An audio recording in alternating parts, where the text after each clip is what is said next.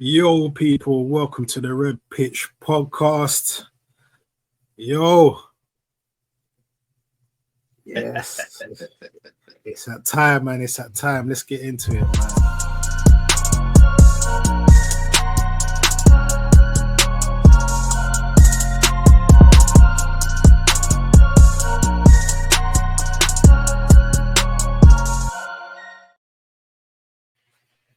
Yo, people, it's a happy day for all my fellow gooners out there.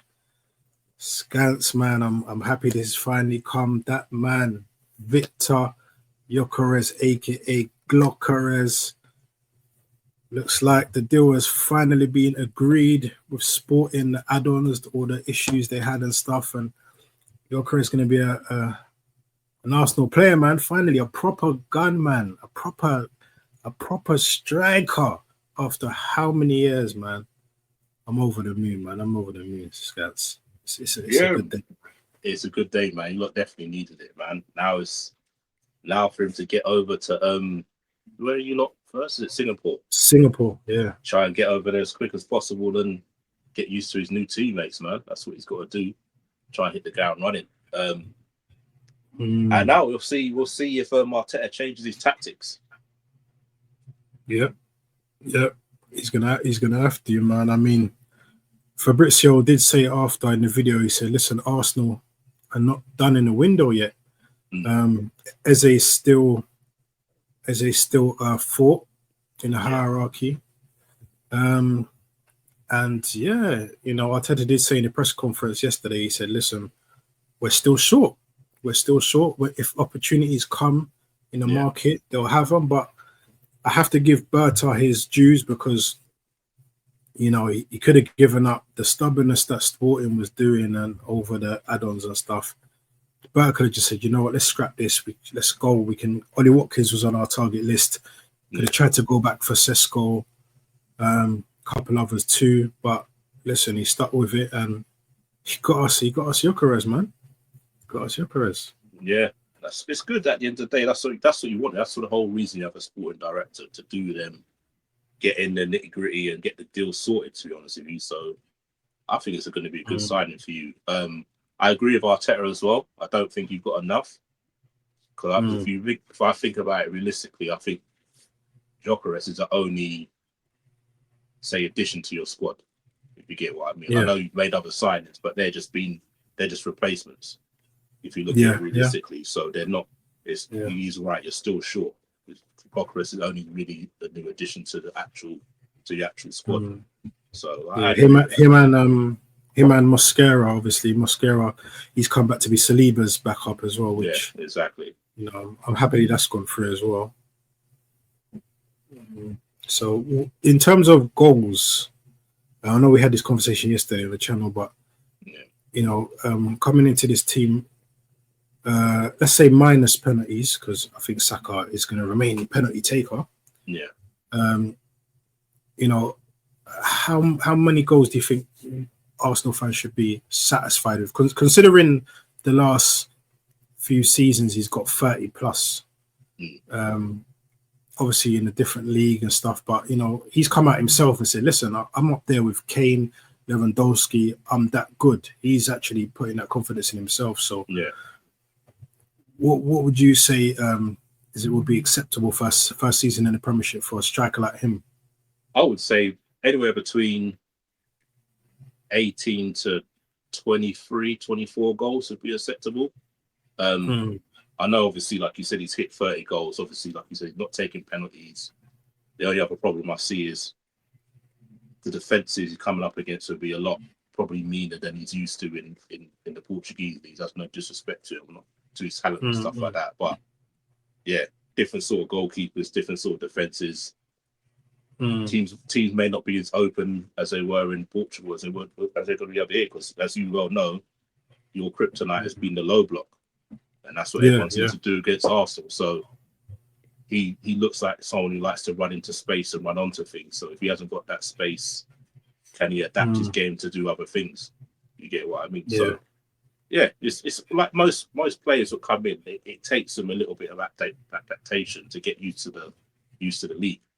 But I believe he'll do good. And like I was saying on the show yesterday, I don't think he's coming in to do anything against the traditional big six. I think he's there to bully the lower teams, because that's where because that's where you lot have had trouble.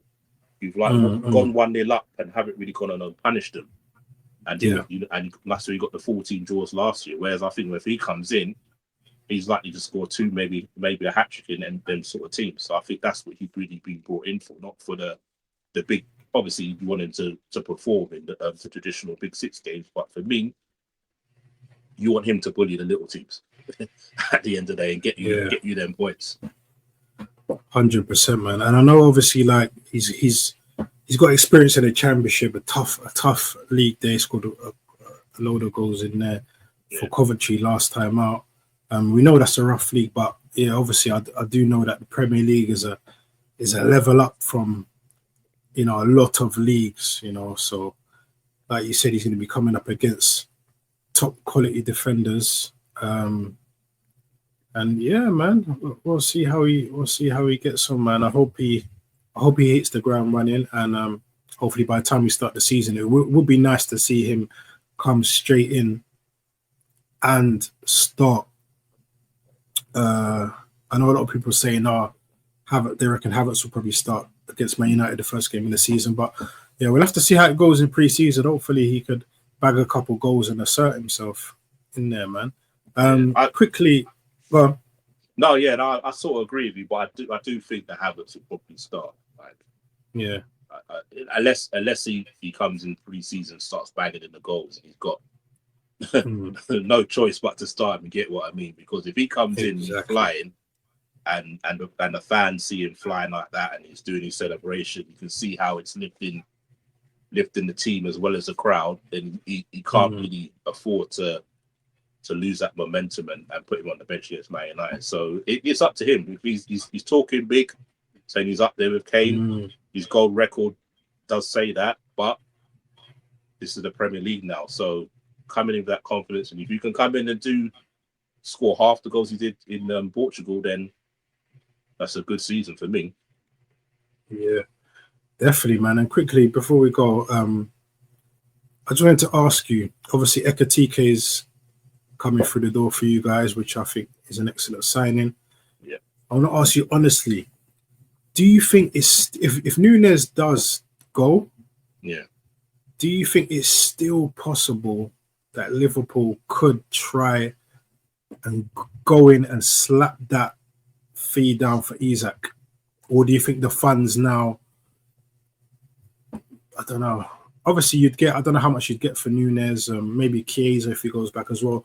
Do you think it's a thing where you need to sell a couple before even trying to bid for Isak, or do you think the money could be there already? I think the money's there because of obviously the sales that are within the squad. So obviously Elliott had a brilliant under 21 Euros, so you're looking at 40-50 million possibly for him. Ben Doak, there was a quotation of 20-25 million for him. Morton, you're looking at 10 million for him. Shimikas, you're looking at 12-15 million for him. So the money's there. I know people are saying, "Oh, how can you get Isak and Ekatike?" But like I said before, if you're selling Jota, Chiesa's going out the window, and then obviously the sad loss of Diogo Jota. Ekatike is the only recognised striker. I know Diaz played as like the false nine last year, but then obviously there's a lot of talk of him leaving this year. We'll be down to one striker. So it is possible. I don't know if he'll do it, but it is possible. I reckon if Diaz goes, and then if we get a replacement for him, then I think we will go in for him, because like I said, it's a long season, and you need two strikers.